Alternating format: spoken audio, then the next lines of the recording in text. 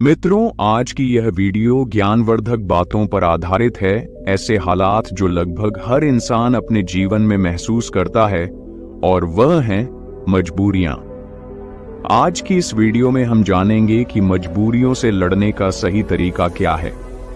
यह कहानी सबल नाम के व्यक्ति के बारे में है जो बहुत दुखी था। एक समय की बात है, एक छोटे से गांव में सबल नाम का आदमी रहता था। वह गरीब था और उसके पास केवल एक छोटा सा घर और छोटी सी जमीन थी। उसका जीवन कठिनाइयों से भरा था और उसकी मजबूरी उसे रात दिन परेशान किया करती थी। अपनी पत्नी और एक बेटा होने के बावजूद वह आदमी बड़ा ही अकेला महसूस करता। वह मन ही मन सोचता रहता कि मेरे जीवन में कितनी मजबूरियां हैं। एक दिन वह एक पेड़ के नीचे बैठकर रो रहा था। तभी एक साधु वहां से गुजर रहा था। साधु ने देखा कि उसके चेहरे पर बहुत सारे गम थे और वह व्यक्ति दुखी होकर फूट फूट कर रो रहा था। साधु ने उसके पास जाकर पूछा, क्या हुआ बेटा, तुम इतने परेशान क्यों हो? वह आदमी बोला, तुम तो एक साधु हो, भला तुम मेरी क्या मदद करोगे? मैं पहले से ही अपनी मजबूरियों के कारण काफी परेशान हूं। साधु ने शांत रहते हुए कहा, बेटा, इतना दुख तुम अकेले क्यों सहन कर रहे हो? मुझे बताओ क्या हुआ, शायद मैं तुम्हारा दुख दूर कर सकूं। वह आदमी साधु से कहता है, तुम मेरी मजबूरियों से मुझे मुक्त कैसे कर सकते हो? तुम्हें तो खुद नहीं पता मजबूरियां क्या होती हैं। साधु हंसते हुए बोले, बस इतनी सी बात, मैं तुम्हारी मजबूरियों को एक ताकत बना सकता हूं। तुम्हें कभी भी काम करने में बोझ महसूस नहीं होगा। मैं तुम्हें एक ऐसा रास्ता बताऊंगा जिससे तुम हर काम खुशी खुशी करोगे। लेकिन तुम्हें पहले मेरा काम करना होगा। क्या तुम तैयार हो? वह सबल सोच में पड़ गया। साधु ने कहा कि एक ऐसा रास्ता है जिससे वह हर काम खुशी खुशी कर सकता है और उसके बदले में केवल एक काम करना होगा। पर क्या यह सच है? ऐसा कुछ इस साधु को पता भी होगा या यह साधु बस मुझे पागल बना रहा है?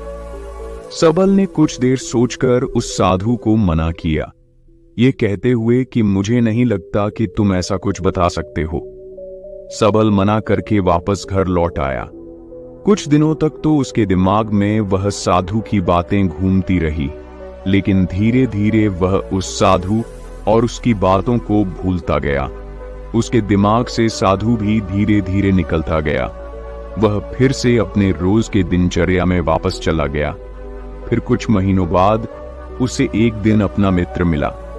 वह मित्र उसे कहता है, हमारे गांव में एक ज्ञानी साधु प्रवचन देने आ रहे हैं। वह जो भी कहते हैं वह करके दिखाते हैं। वह बहुत बुद्धिमान है। उसका मित्र सबल से कहता है, तुम भी चलो मेरे साथ, तुम्हें वहां आनंद आएगा। कभी तो अपने लिए कुछ समय निकाल लिया करो, तुम कितनी मेहनत करते हो। सबल सोचता है, मैं तो वैसे ही अपने रोज के काम में मग्न रहता हूँ, मेरा मित्र सही तो कह रहा है, कभी अपने लिए भी समय निकालना चाहिए। सबल अपने मित्र के साथ उस साधु के उपदेश को सुनने और वहां जाने के लिए राजी हो जाता है। अगले दिन सबल अपने मित्र के साथ उस आश्रम में जाता है। वहां उसे वही साधु दिखता है जो उसे उस दिन काम को खुशी खुशी करने का मार्ग बताने का वादा कर रहा था। मित्र से बात करते समय उसने पूछा कि क्या यही वह साधु है जिनके उपदेश हम आज यहाँ सुनने आए हैं?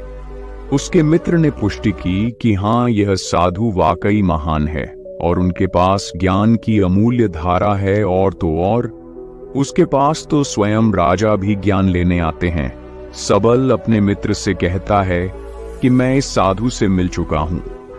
फिर सबल अपने मित्र को सारी बात बताता है। उसका मित्र पूरी बात सुनकर कहता है, अगर यह साधु ने तुम्हें वचन दिया है तो अवश्य ही वह से पूरा करेंगे। तुम्हें उनसे फिर से मिलना चाहिए। आदमी फिर मन ही मन यह सोचता है कि क्या मेरा अब उनसे मिलना ठीक रहेगा? मैं उन साधु के पास जाऊं कि नहीं? वह मेरे बारे में क्या सोचेंगे? परंतु अब उसके मन में यह विश्वास था कि वह साधु उस दिन उसे पागल नहीं बना रहे थे, और अगर थोड़ी सी भी उम्मीद है कि मैं एक ऐसा रास्ता जान जाऊंगा जिससे मुझे कोई भी मजबूरी, कोई भी पीड़ा छोटी लगने लगेगी और मैं उस काम को खुशी खुशी करूं, तो यह मुझे जानना ही है, फिर भले ही मुझे उन साधु के सामने शर्मिंदा ही क्यों ना होना हो, चाहे कुछ भी हो, मैं इस मौके को अपने हाथ से जाने नहीं दूंगा। यही सोचकर सबल उन साधु से मिलने का निश्चय करता है। उपदेश समाप्त होते होते शाम हो चुकी थी। जैसे ही वह उपदेश समाप्त हुए, सब लोग आश्रम से बाहर जाने लगे। सबल उस साधु के पास जाता है। सबल कहता है, गुरु, क्या आपको याद है? मैं आपको मिल चुका हूं, मुझे माफ करना। मैंने आपको उस दिन काफी भला बुरा कहा और मैं उस वजह से बहुत शर्मिंदा भी हूं। मुझे अब बहुत पछतावा हो रहा है, परंतु क्या आप मुझे वह मार्ग बता सकते हो जिससे मैं खुशी खुशी काम करूं? मैं आपका कोई भी काम करने के लिए तैयार हूं। साधु हंसते हुए कहते हैं, हाँ, मुझे याद है, तुम वही आदमी हो जो उस दिन दुखी हालात में मुझे मिला था। ठीक है, मैं अपना वादा पूरा कर दूंगा। लेकिन अब शाम हो चुकी है और मैं पूरे दिन उपदेश देकर थक गया हूं। तुम मुझे कल सुबह इसी आश्रम के बाहर मिलना। सबल बहुत खुश होता है और कहता है, जी गुरुदेव, मैं कल सुबह आपसे मिलने आ जाऊंगा। सुबह होते ही सबल उस आश्रम के बाहर उस साधु से मिलने जाता है। जब सबल वहां पहुंचता है तो गुरु दरवाजे पर रुके होते हैं। सबल उन साधु के पास जाता है और कहता है, गुरुदेव, मैं तैयार हूं। साधु सबल से कहते हैं, बेटा, मुझे अपना वादा याद है जो मैंने तुमसे किया था, परंतु तुम्हें समझने के लिए मुझे तुमसे एक काम करवाना पड़ेगा। सबल उस साधु से कहता है, जी गुरुदेव, मैं कुछ भी करने के लिए तैयार हूं। आपका काम क्या है जो मैं कर सकता हूं, मुझे बताइए। वह साधु उसे पास के तालाब के पास ले जाते हैं। वहां एक बड़ा सा पत्थर था जो पानी के बहाव को रोक कर बैठा था। साधु सबल से कहते हैं, बेटा, क्या तुम्हें यह पत्थर दिख रहा है जो पानी के बहाव को रोक कर बैठा हुआ है? सबल कहता है, जी। फिर साधु कहते हैं, तुम्हें इस पत्थर को यहां से हटाना है। जैसे ही तुम इस पत्थर को हटाओगे, तुम्हें तुम्हारे प्रश्नों के उत्तर मिल जाएंगे। व्यक्ति कहता है, लेकिन गुरुदेव, यह कैसे मुमकिन है? यह तो इतना बड़ा पत्थर है, मैं इसे कैसे हटाऊं? और फिर इस पत्थर को हटाने से मेरे जीवन की मजबूरियां कैसे हट जाएंगी? मुझे कुछ समझ नहीं आ रहा। साधु कहते हैं, तुमने कहा था कि तुम मेरा कोई भी काम करो दोगे, तुम्हें इस पत्थर को हटाना ही पड़ेगा, अन्यथा मैं तुम्हें तुम्हारे प्रश्नों का उत्तर कभी नहीं बताऊंगा। अब मैं अपने आश्रम जा रहा हूं। जब तुम यह काम कर दोगे, उसके बाद तुम मुझसे मिलने आना। इतना कहकर साधु अपने आश्रम की ओर बढ़ गए। सबल ने सोचा, मुझे यह समझ नहीं आ रहा है कि गुरुदेव मुझे इस पत्थर को हटाने का काम क्यों दे रहे हैं, लेकिन जो कुछ भी हो, मेरे समस्याओं का हल तो मुझे चाहिए। मैं अपने जीवन से बहुत दुखी हूं, और अगर मुझे इस पत्थर को हटाने से मुझे गुरुदेव उत्तर बता देंगे तो ठीक है। गुरुदेव अगर मुझे यह करने को कह रहे हैं तो इसमें जरूर कोई बात होगी। इतना सोचकर उस आदमी ने उस पत्थर को अपने हाथों से हटाने का प्रयास शुरू किया, लेकिन वह पत्थर इतना विशाल और भारी था कि वह थोड़ा भी नहीं हिला। कुछ देर बाद थक हार कर उसने अपने पीठ के बल पर लेटकर फिर से प्रयास किया। उस पत्थर को हटाने की कोशिश की। उसने देखा कि वह पत्थर थोड़ा सा अपनी जगह से हिल गया, पर जैसे ही वह थोड़ा सा सीधा हुआ, वह पत्थर फिर से अपनी जगह पर वापस आ गया। सबल का आत्मविश्वास टूट गया। वह मन ही मन सोचता है कि यह कैसा काम दिया है मुझे। इस साधु ने यह पत्थर तो हिलने का नाम भी नहीं ले रहा। बाहर बहुत धूप थी और सबल पसीने में भीग जाता है। सबल बीच में ही रुक जाता है, पर फिर उसे उन साधु की शर्त याद आती है जिसके मुताबिक अगर वह उनका काम नहीं करेगा तो उसे वह नहीं मिलेगा जो वह चाहता है।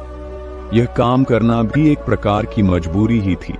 काफी समय बीत जाने के बाद सबल ने पास में ही एक पेड़ देखा और उसे उस पेड़ को देखते ही एक तरकीब सूझी। उसने सोचा, क्यों ना मैं एक लकड़ी के टुकड़े को पत्थर के नीचे फंसाकर उस लकड़ी पर अपना वजन रखूं। इससे मुझे कम जोर लगाना होगा और लकड़ी बड़ी और मजबूत होने के कारण उसका परिणाम ज्यादा होगा। वह आदमी तुरंत ही एक बड़ी और विशाल लकड़ी तोड़ने में लग जाता है। जैसे तैसे सबल ने एक बड़ी लकड़ी उस पेड़ से निकाली, उसके सारे छोटे टहनियां और पत्ते को तोड़कर एक सीधी लकड़ी तैयार की जो वह इस्तेमाल कर सके। फिर उसने उस पत्थर के अगल बगल एक खड्डा खोदा जहां वह उस लकड़ी को डाल सके। सबल ने लकड़ी का एक छोर उस पत्थर के नीचे फंसाया और फिर लकड़ी अपने हाथों में 2 बड़े पत्थर लेकर उस लकड़ी के दूसरे छोर पर बैठ गया और देखते ही देखते वह पत्थर अपनी जगह से हट गया और पानी का बहाव फिर से चालू हो गया। सबल बहुत खुश हुआ, उसे आत्मविश्वास महसूस हुआ। वह दौड़ता हुआ उन साधु के पास गया और कहा, गुरुदेव, मैंने कर दिखाया। मैंने उस पत्थर को हटा दिया और मैंने अपना वचन भी पूरा कर दिया। साधु पूरी बात सबल से सुनने के बाद कहते हैं, तुमने अच्छा काम किया, मेहनत की, तुमने तरकीब भी निकाली और तुमने अपने दिमाग का भी इस्तेमाल किया। लेकिन मुझे एक बात बताओ, क्या तुम्हें लगा था कि तुम यह काम कर पाओगे? लकड़ी कहता है, नहीं गुरुदेव, मुझे नहीं लगा था कि मैं इतना बड़ा पत्थर हटा पाऊंगा। साधु पूछते हैं, क्या लगता है तुम्हें, तुम यह सब क्यों कर पाए? सबल देता है, क्योंकि यही आपकी शर्त थी। अगर मैं नहीं करता तो मुझे अपना जवाब कभी नहीं मिलता। साधु कहते हैं, तो तुम यह कह रहे हो कि यह काम करना तुम्हारी एक मजबूरी थी? सबल कहता है, हाँ, लेकिन आप वही क्यों पूछ रहे हो? इस पर साधु कहते हैं, मैं तुम्हें यही तो समझाना चाहता था। जिस तरह आज तुम्हारे सामने वह पत्थर हटाने की मजबूरी थी, इसी तरह तुम्हारे जीवन में भी तुम्हारे सामने कई मजबूरियां आएंगी। साधु आगे कहते हैं, मजबूरियां ही तुम्हें वह काम करवाती है जो तुम्हें नहीं लगता कि तुम वह कर सकते हो। तुम्हारी मजबूरियां तुम पर बोझ नहीं है, बल्कि मजबूरियों के कारण तुम जिंदा भी हो। तुम खुद सोचो, अगर तुम्हारे ऊपर मजबूरियां ना होती और काम करके अपने परिवार के लिए कमाई करने की कोई पाबंदी ना होती, तो क्या तुम अपने घर से बाहर भी निकलते नहीं ना? तुम एक ही जगह बस आराम से बैठे रहते। लेकिन क्या ऐसा आराम काम करना ठीक है? क्या तुम्हारे शरीर में बीमारियां नहीं आ जाती? तुम अपनी मजबूरियों के कारण काम करते हो, जिससे तुम स्वस्थ और तंदुरुस्त रहते हो जहां तुम पहुंचना चाहते हो, या मजबूरियां ही तुम्हें वहां का रास्ता दिखा सकती हैं। वह हमें बताती है कि हमें क्या करना चाहिए। उस लक्ष्य तक पहुंचने के लिए तुम्हारी समस्या यह नहीं है कि तुम्हारे ऊपर मजबूरियां हैं, बल्कि तुम्हारी समस्या यह है कि तुम उन मजबूरियों को एक बोझ समझ रहे हो। हमारी मजबूरी हमारे लक्ष्यों को प्राप्त करने में हमारे लिए एक माध्यम बन सकती है और हमें नए दिशाओं में ले जा सकती है। जैसे कि तुमने लकड़ी का उपयोग किया ताकि उस पत्थर को हटा सको, ऐसा ही कुछ हमारे साथ जीवन में भी होता है। जब हमसे ऊंचे स्तर के लोग, जैसे कि हमारे बॉस या फिर माता पिता या फिर कोई गुरु हमें कोई कठिन काम देते हैं, तो हमें लगता है कि यह काम हमारे लिए बहुत मुश्किल है।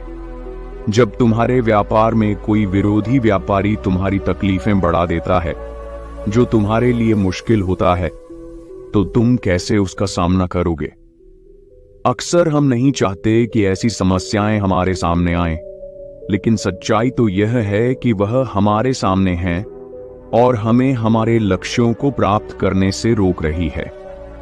क्या लगता है आपको, ज्यादातर लोग इस स्थिति में क्या करते होंगे? बेशक कोई नहीं चाहता कि वह संकट में आए, लेकिन जब एक विशाल समस्या उनके सामने खड़ी होती है, ऐसी कठिन समस्याएं जो उन्हें परेशान करती हैं, तब क्या करते होंगे लोग? जब भी हमारे जीवन में विशाल और भयानक समस्याएं आती हैं, तो हकीकत में वह हमसे सवाल पूछती है, क्या तुम इस लक्ष्य के काबिल हो? क्या तुम इस परीक्षा का सामना कर सकते हो? आप क्या करोगे, क्या होगा? आपका उत्तर इस प्रश्न पर क्या होता है? जब आपके सामने एक समस्या खड़ी हो जाती है जिसका समाधान आपके लिए मुश्किल होता है, क्या आप भाग जाएंगे? क्या आप अपने लक्ष्य को किस्मत के हाथों छोड़ देंगे? अगर हम इतिहास की ओर देखें तो हजारों लोगों ने इन सारे प्रश्नों का उत्तर ना में दिया। उन्होंने अपने हथियार डाल दिए, अपने लक्ष्य को छोड़ दिया, सिर्फ इसलिए क्योंकि उनके सामने एक बड़ी समस्या आ गई थी। ऐसा हम आज के युग में भी करते हैं। हम हार मान लेते हैं। हम अपने उच्च स्तर के लोगों को पागल तक कह देते हैं कि क्या सोचकर मुझे यह काम सौंपा गया, यह काम तो किसी से भी नहीं होने वाला। या फिर हम अपने लक्ष्य को त्याग देते हैं, यह कहकर कि शायद यह लक्ष्य मेरे भाग्य में ही नहीं है। लेकिन इतिहास के कुछ लोगों ने इस प्रश्न का उत्तर हाँ में दिया। वे डटकर खड़े हुए और समस्या की आंखों में देखकर उसका समाधान निकाला। वह कुछ बड़ा कर पाए उसी समस्या के कारण। और सच कहूं तो वह महान व्यक्ति आज उस मुकाम पर कभी नहीं पहुंच पाते। अगर उनके सामने वह समस्या नहीं आई होती तो उनकी समस्याओं ने उन्हें बड़ा बनाया, उन्हें मजबूर किया नए रास्ते ढूंढने में, कोई ऐसा रास्ता जो आज तक किसी ने नहीं सोचा था। बड़े और महान लोग भी अक्सर अपनी समस्याओं से जूझते हैं और उन्हें पार करने के लिए नए रास्ते ढूंढते हैं। समस्याएं हमें मुश्किल में डालती हैं और हमें मजबूर करती है। नए रास्तों की तलाश करने में यही तरीका है जिससे हम अपने लक्ष्यों को हासिल कर सकते हैं और अपने जीवन को सफल बना सकते हैं। और यही सही तरीका है हमारी मजबूरियों को देखने का। जब तुम्हारी नजर अपने लक्ष्य पर होगी तो तुम्हें अपनी समस्याएं छोटी लगने लगेगी। इसीलिए मजबूरियां अच्छी होती हैं। तो अगली बार जब तुम किसी मजबूरी में खुद को पाओ तो खुश हो जाना, क्योंकि ये एक मौका है तुम्हें अपने आप को साबित करने का और उसी दौरान वह बनने का जो तुम पहले कभी नहीं थे। दोस्तों, आपने आज के इस वीडियो से क्या सीखा वह मुझे आप कमेंट में बता सकते हैं। इसी के साथ में उम्मीद है कि आपको आज की वीडियो पसंद आई होगी। तो अब चलते हैं अपनी अगली कहानी की तरफ। दोस्तों, यह सुनने के बाद आप अपनी जिंदगी का समय यूं ही गंवाना छोड़ देंगे। जिंदगी के हर एक सेकंड, हर एक मिनट की कीमत क्या होती है, इस विषय पर आज एक महात्मा की कहानी मैं आपको सुनाऊंगा। तो चलिए कहानी की शुरुआत करते हैं। बहुत समय पहले की बात है। एक नगरी में एक गुरु और एक शिष्य रहा करते थे। वह गुरु और शिष्य एक दिन एक यात्रा के लिए निकलते हैं। वह यात्रा अत्यधिक लंबी थी। जो रास्ता उन्होंने चुना था वह रास्ता अत्यधिक घने जंगलों से होकर गुजरता था। पास ही में एक नदी बह रही थी जिसे पार करने में उन गुरु और शिष्य को थोड़ा वक्त लग जाता है। उन गुरु ने अपने हाथों में एक थैला पकड़ रखा था और वह थैला बहुत ही भारी प्रतीत हो रहा था, जिसमें कुछ ऐसी चीज रखी थी जो अत्यधिक भारी थी और उस थैले को उन गुरुवर ने बहुत ही ध्यानपूर्वक पकड़ रखा था। वह उस थैले को अपने आप से एक पल के लिए भी दूर नहीं कर रहे थे। ऐसे ही उन गुरुवर ने उस थैले को अपने हाथों में लेकर काफी दूर तक का सफर तय किया। लेकिन उसके बाद उस वजनी चीज के कारण उन गुरुवर के हाथों में दर्द महसूस होने लगा। इसलिए उन्होंने वह थैला अपने कंधों पर टांग लिया और आगे का सफर तय करने लगी। वह जंगल इतना घना और इतना बड़ा था कि उसका दूसरा छोर कहीं से नजर नहीं आ रहा था। वह गुरु और शिष्य दोनों उस जंगल के रास्ते से होकर गुजरते चले जा रहे थे। वहां पर और कोई भी नहीं था। तभी वह गुरु अपने शिष्य से कहते हैं, भंते, तुम्हें डर तो नहीं लग रहा? वह शिष्य अपने गुरु की यह बात सुनकर अत्यधिक हैरान हो जाता है और वह बड़ी हैरानी से अपने गुरुवर से कहता है गुरुवर, आप यह क्या कह रहे हैं? हम एक सन्यासी हैं, हमें किस बात का डर? आखिर आप ऐसा क्यों पूछ रहे हैं? पहले तो मैंने आपको यह कभी पूछते नहीं देखा। कहीं आप मेरी परीक्षा तो नहीं ले रहे?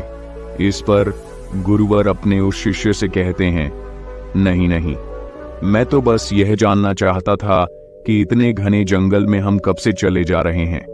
हो सकता है तुम्हारे मन में डर पैदा हो रहा हो, इसलिए मैंने बस तुमसे पूछ लिया। इस पर शिष्य कहता है, गुरुवर, आप ही ने तो सिखाया है, यह सब कुछ नश्वर है, तो फिर मुझे किस बात का डर होगा? नहीं, मेरे पास कुछ ऐसा है जिसे खोने का मुझे डर हो, तो फिर भला मैं किस बात से डरूंगा? अपने शिष्य की यह बात सुनकर वह गुरुवर कहते, अच्छा ठीक है, चलो आगे बढ़ते हैं। इतना कहकर वह गुरुवर और वह शिष्य आगे की ओर बढ़ने लगे। देखते ही देखते रात हो चुकी थी। रात में उन्होंने एक जगह पर रुकने का इंतजाम किया। चारों तरफ घना अंधेरा था, चारों तरफ एक सन्नाटा छाया हुआ था। तभी वह गुरुवर अपने उस शिष्य से कहते हैं, भंते, आज रात हम यहीं पर रुक जाते हैं और अगली सुबह हम अपनी यात्रा फिर से प्रारंभ करेंगे। वह शिष्य अपने उन गुरुवर की बात मान लेता है। कुछ देर बाद वो गुरु अपने शिष्य से कहते हैं, भंते, कहीं तुम्हें भय तो नहीं लग रहा? यह बात सुनकर वह शिष्य एक बार फिर से अपने गुरुवर से कहता है, हे गुरुवर, मुझे किस बात से डर लगेगा? मैंने कोई गलत कार्य नहीं किया और ना ही मेरे पास खोने के लिए कुछ है। आप मेरी चिंता ना करें, मुझे कोई डर नहीं लग रहा। आप चैन से सो जाएं। आखिर हम कल सुबह आगे की यात्रा भी तो पूरी करनी है। इतना कहकर वह गुरु और शिष्य दोनों सो जाते हैं। अगली सुबह सूरज निकलने से ठीक पहले वह दोनों उठकर अपनी यात्रा फिर से प्रारंभ करते हैं और अपने मार्ग में आगे की ओर बढ़ने लगते हैं। जैसे जैसे सुबह हो रही थी, वैसे वैसे सूर्य की किरणें भी तेज और तीव्र होती जा रही थीं, लेकिन वह गुरु और शिष्य आगे की ओर बढ़ते चले जा रहे थे। देखते ही देखते दोपहर का वक्त हो चुका था और अब उन महात्मा को जोरों की प्यास लग चुकी थी। दोनों ने जैसे तैसे उस घने जंगल को पार किया और उसके जो गांव पड़ता था उसमें जाकर कुछ देर के लिए विश्राम किया। तभी वह गुरु अपने शिष्य से कहते हैं, भंते, मुझे जोरों की प्यास लगी है, मेरे लिए पानी लेकर आओ। इस पर शिष्य दौड़ा दौड़ा गांव के कुएं के पास जाता है। वहां से पानी निकालकर वह अपने गुरुवर को देता है। पानी पीते वक्त वह गुरुवर अपने उस थैले को अपने उस शिष्य को थमा देते हैं। वह थैला अत्यधिक भारी था। शिष्य ने जब उसे अपने हाथों में लिया तो वह यह समझ चुका था कि यह गुरुवर पहले से ही अपने थैले में कुछ ऐसा लिए घूम रहे हैं जिनके कारण इनके मन में कुछ डर उत्पन्न हो रहा है। वह यह सोचने लगा कि उसके गुरुवर उससे कुछ न कुछ छुपा रहे हैं, जरूर कोई बात है। जब उसने उन गुरुवर के थैले में हाथ डाला तो उस थैले में उसे एक सोने की ईंट मिली। उसने सोने की ईंट को निकालकर बाहर फेंक दिया और उसमें पत्थर की एक ईंट भर दी। उन गुरुवर ने पानी पीने के बाद तुरंत ही उस थैले को फिर से नए हाथों में ले लिया और अपने शिष्य से कहते हैं, जाओ तुम भी पानी पी लो, अब हमें आगे का सफर तय करना है। शिष्य भी पानी पीकर आता है और उसके बाद वे दोनों सफर में आगे की ओर बढ़ चलते हैं। तभी उन्हें एक व्यक्ति मिलता है और वह उन गुरु से कहता है गुरुवर, इस गांव में रहना ठीक नहीं है। इस गांव में अत्यधिक चोर रहते हैं और यहाँ पर बहुत चोरियां होती हैं। यहाँ पर अक्सर लोगों का सामान चोरी हो जाता है। ये सुनकर वह गुरुवर अत्यधिक घबरा जाते हैं और अपने शिष्य से कहते हैं, बनते हैं, हमें यहाँ से जल्दी जल्दी निकलना चाहिए। हमें अपने मार्ग में तेजी से आगे बढ़ना चाहिए। इस पर शिष्य अपने गुरुवर से कहता है, हे गुरुवर, आप निश्चिंत तो हो जाइए। अब हमें किसी भी प्रकार का कोई खतरा नहीं है और ना ही अब आपको डरने की कोई आवश्यकता है। अपने शिष्य के मुख से यह बात सुनकर वह गुरुवर अपने शिष्य से कहते हैं, भंते, तुम इतने विश्वास के साथ यह कैसे कह सकते हो कि अब हमें डरने की कोई आवश्यकता नहीं?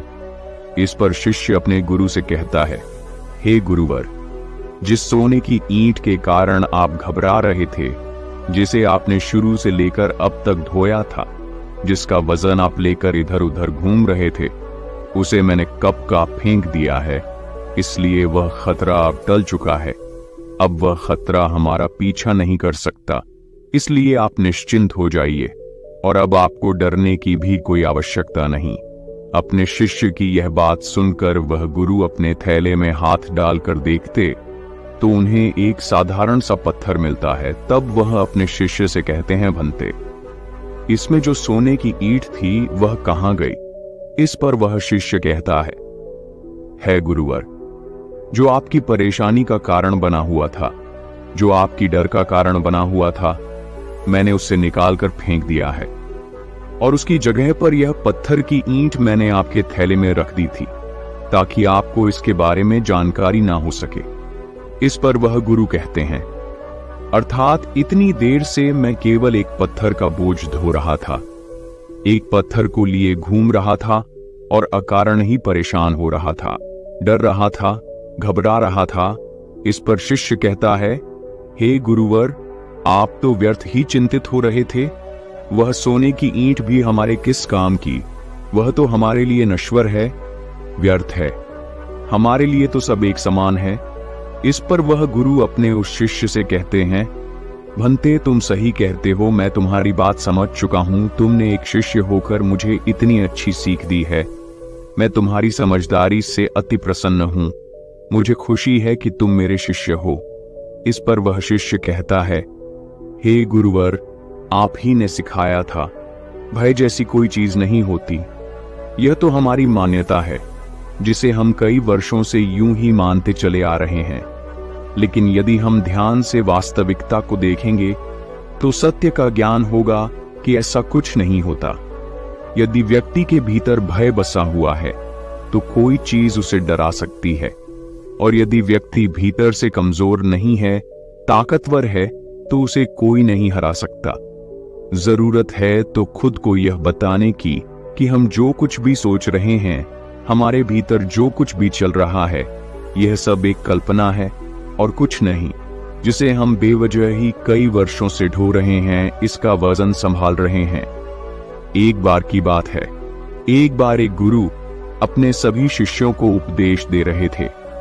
तभी उन सभी शिष्यों में से एक शिष्य अपने गुरु से पूछता है, हे गुरुदेव, क्या यह जरूरी है कि हम समय रहते अपने कार्य को पूरा कर लें? हम उसे बाद में भी तो कर सकते हैं, हम उसे बाद में क्यों नहीं कर सकते? इस पर वह गुरु अपने उस शिष्य से कहते हैं, भंते, समय के साथ अगर तुम हर कार्य को करते हो तो जीवन में तुम्हें उसका वैसा ही लाभ भी मिलेगा और तुम आगे की ओर बढ़ते चले जाओगे। आगे वह गुरुवर अपने उस शिष्य से कहते हैं, समय एक ऐसी चीज है जो कभी किसी के लिए नहीं रुकता, इसलिए समय के साथ अपने कार्य को पूरा कर लेना चाहिए। यदि तुम अपने कार्य को कल पर टालते हो तो क्या तुम जानते हो कल क्या होगा? क्या तुमने कल देखा है? यह कोई नहीं जानता तुम्हारा।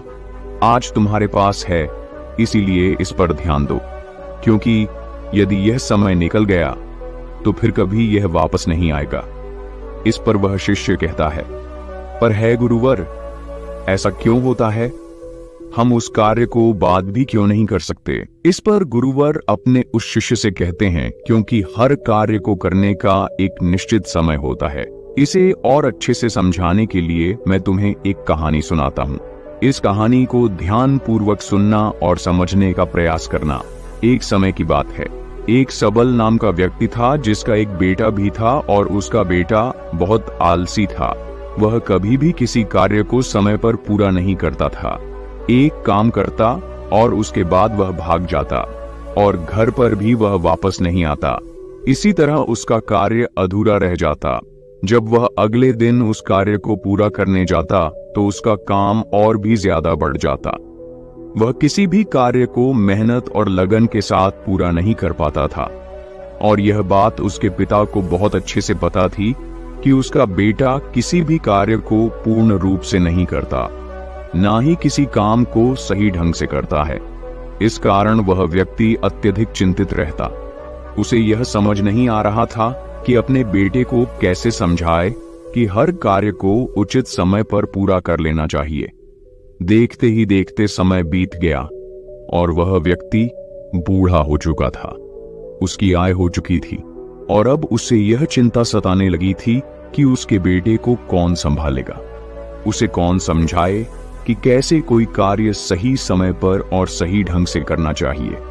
एक दिन उसने यह तय किया कि वह अपने बेटे से इस विषय पर बात करेगा।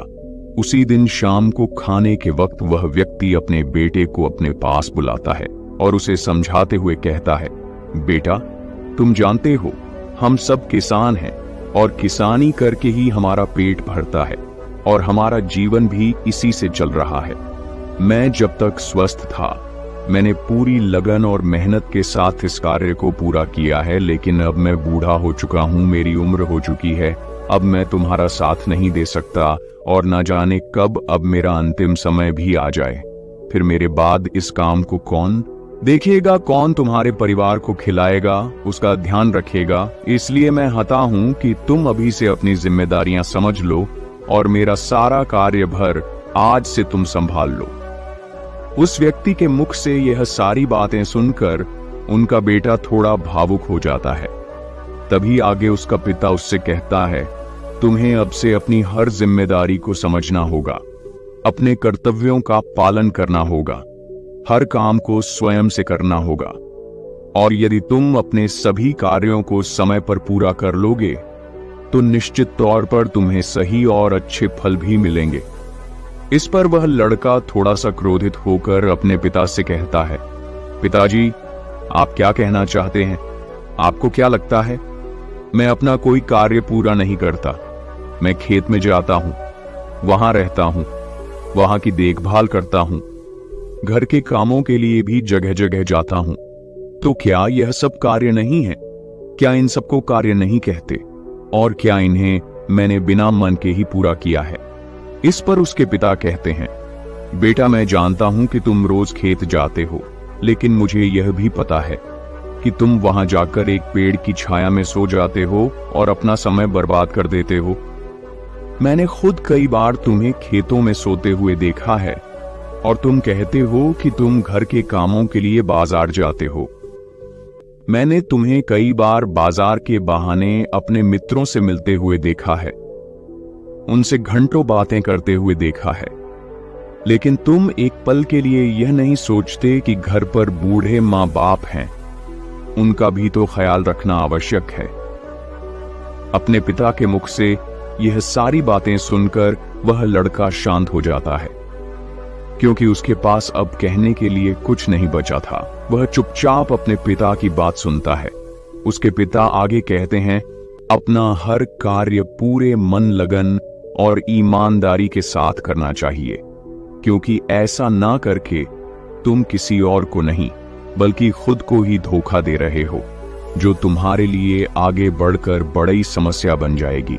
और तब ना तो तुम्हें कोई समझाने वाला होगा और ना ही तुम्हारा कोई साथ देने वाला होगा।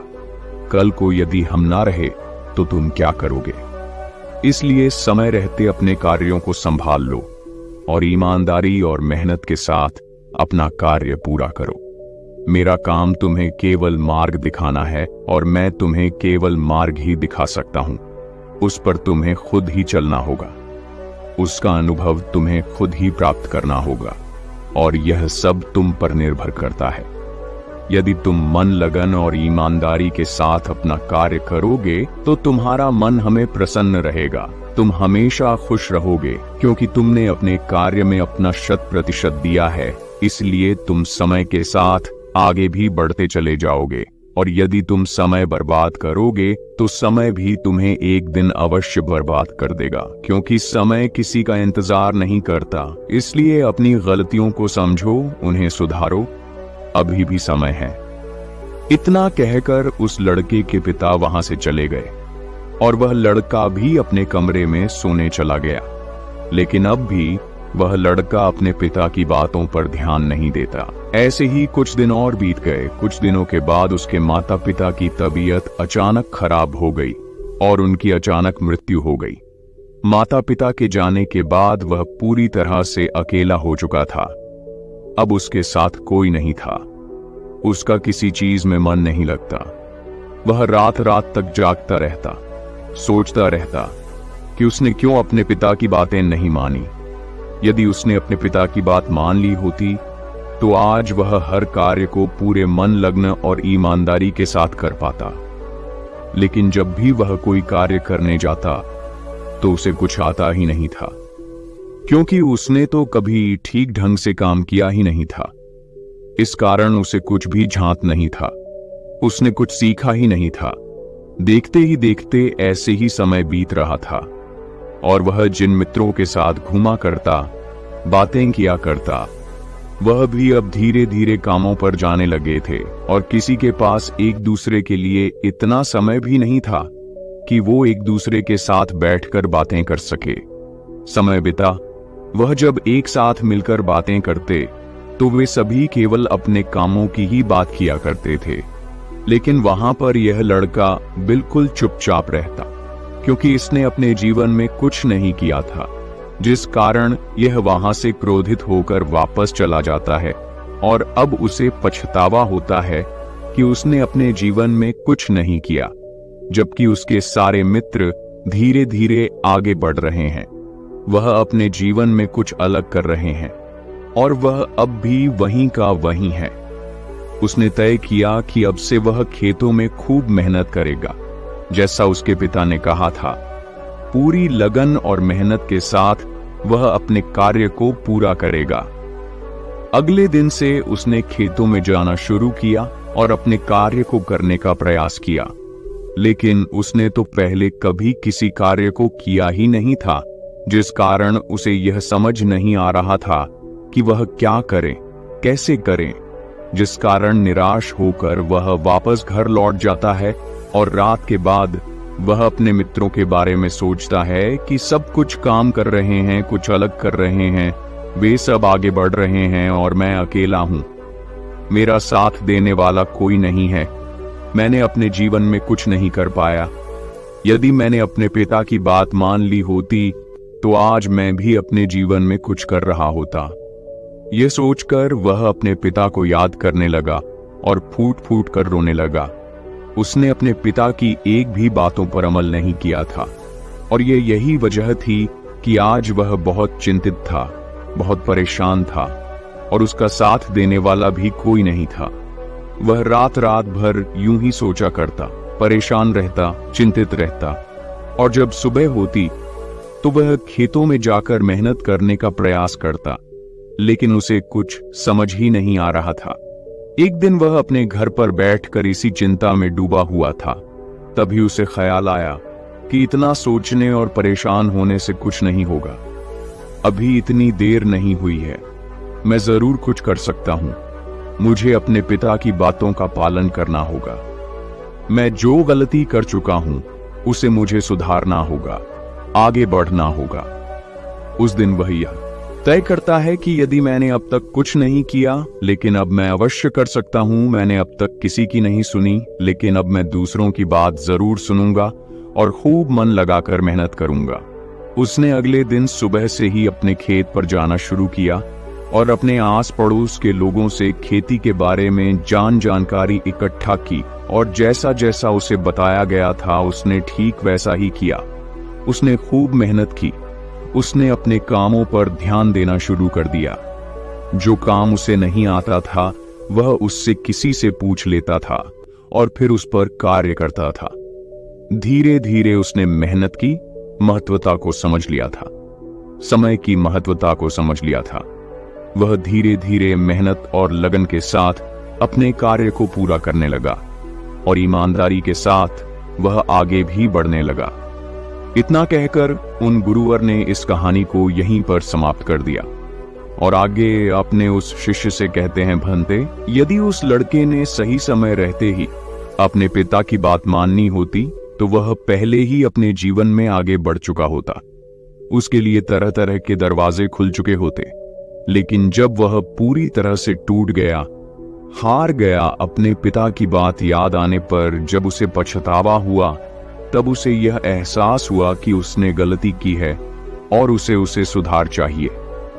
यदि उसने समय रहते ही जिम्मेदारियों को समझ लिया होता और ईमानदारी से अपना कार्य किया होता तो उसके लिए भी सब कुछ आसान होता और वह भी अपने जीवन में बहुत आगे बढ़ चुका होता। उन गुरुवर के मुख से यह कहानी सुनकर उस शिष्य को सारी बातें अच्छी तरह समझ में आ चुकी थीं। वह शिष्य कहता है, हे गुरुवर, आप सही कहते हैं। जीवन में हर चीज का एक सही समय होता है। हमें समय के अनुसार सब कार्य पूर्ण कर लेने चाहिए, अन्यथा अंत में केवल दुख और पछतावा ही बचता है।